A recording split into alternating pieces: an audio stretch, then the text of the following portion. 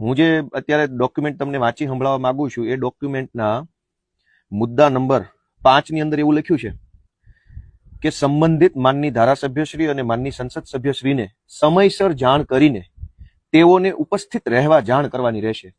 મને તો કોઈએ જાણ નથી કરી, હું ધારાસભ્ય છું, પણ મને જાણ થઈ ગઈ છે તો હું આખા ગામને કહી દેવા માંગુ છું. હકીકતમાં મને 15 દિવસ અગાઉ જાણ કરવી જોઈએ, પણ મને કોઈએ જાણ કરી નથી. મારા હાથમાં સરકારનો પરિપત્ર છે 8મી ઓગસ્ટનો, 8 ઓગસ્ટ 2025 ના રોજ. મિત્રો, પરમ દિવસે એટલે કે 15મી ઓગસ્ટના દિવસે, પરમ દિવસે 15મી ઓગસ્ટ આપણી દેશનો સ્વતંત્રતા દિવસ છે. જોકે ભારત દેશના નાગરિકો હજુ ગુંડાઓથી, માફિયાઓથી, નેતાઓથી, સરકારથી અને ભ્રષ્ટ અધિકારીઓથી આઝાદ થયા નથી.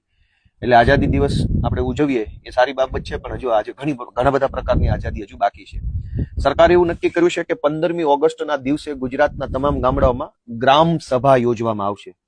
ગ્રામ સભા એ અત્યંત મહત્વનું પ્લેટફોર્મ છે, અત્યંત મહત્વની બાબત છે. દરેક ગામના યુવાનોએ આમાં રસ લેવો જ જોઈએ, કોઈનાથી ડર્યા વગર, શરમાયા વગર. પોતાની જ્ઞાતિના સરપંચ હોય કે પોતાની જ્ઞાતિની પેનલ હોય તો પણ ડર્યા શરમાયા વગર જો ગ્રામ સભામાં રસ લેશો તો તમે તમારા ગામનું ઘણું સારું કરી શકશો. 15મી ઓગસ્ટના રોજ ગુજરાતના તમામ ગામડામાં ગ્રામ સભાનું આયોજન કરવાનું સરકારે નક્કી કર્યું છે. તમારા ગામની ગ્રામ સભા કેટલા વાગ્યે રાખવાની છે એ તમારે સરપંચ અથવા તલાટી મંત્રીને પૂછવું પડે, કેમ કે આ તો બધું ગુપ્ત બંધ બારણે ઓન પેપર ઓફિશિયલી બધું લખાઈ જાય. ગ્રામ સભા થઈ ગઈ, ગામમાંથી ખૂબ સારો પ્રતિસાદ મળ્યો, એવા કાગળિયા લખાઈ જાય, સરકારમાં વયા જાય, સરકાર ખુશ, ગામના તલાટી ખુશ. તો તમારા આખા ગુજરાતના તમામ ગામમાં 15મી ઓગસ્ટના દિવસે ગ્રામ સભાનું આયોજન કરવાનું છે. એનો ટાઈમ તમારે તમારા ગામના આગેવાન પાસેથી ફરજિયાત જાણી લેવો જોઈએ. નંબર 1, ગ્રામ સભામાં કોણ જઈ શકે?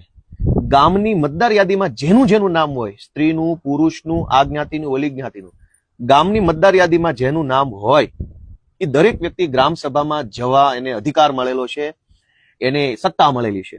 ગ્રામ સભાની અંદર કોઈ પણ પ્રશ્ન લેખિતમાં કે મૌખિકમાં પૂછી શકાય છે. ગામની મતદાર યાદીમાં જે વ્યક્તિનું નામ હોય એ વ્યક્તિ લેખિતમાં કે મૌખિકમાં તલાટી કે સરપંચ કે સચિવ જે આવ્યા હોય એને પ્રશ્ન પૂછી શકે છે. મોટા ભાગે લેખિત પ્રશ્ન પૂછવાનો આગ્રહ રાખવો જોઈએ. ગ્રામ સભા એટલે શું?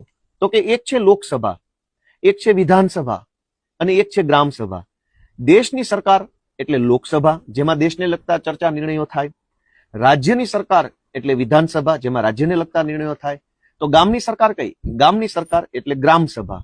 જેમ વિધાનસભામાં ધારાસભ્ય હોય એમ ગ્રામ સભામાં ગામનો સભ્ય હોય, લોકસભામાં સાંસદ સભ્ય હોય.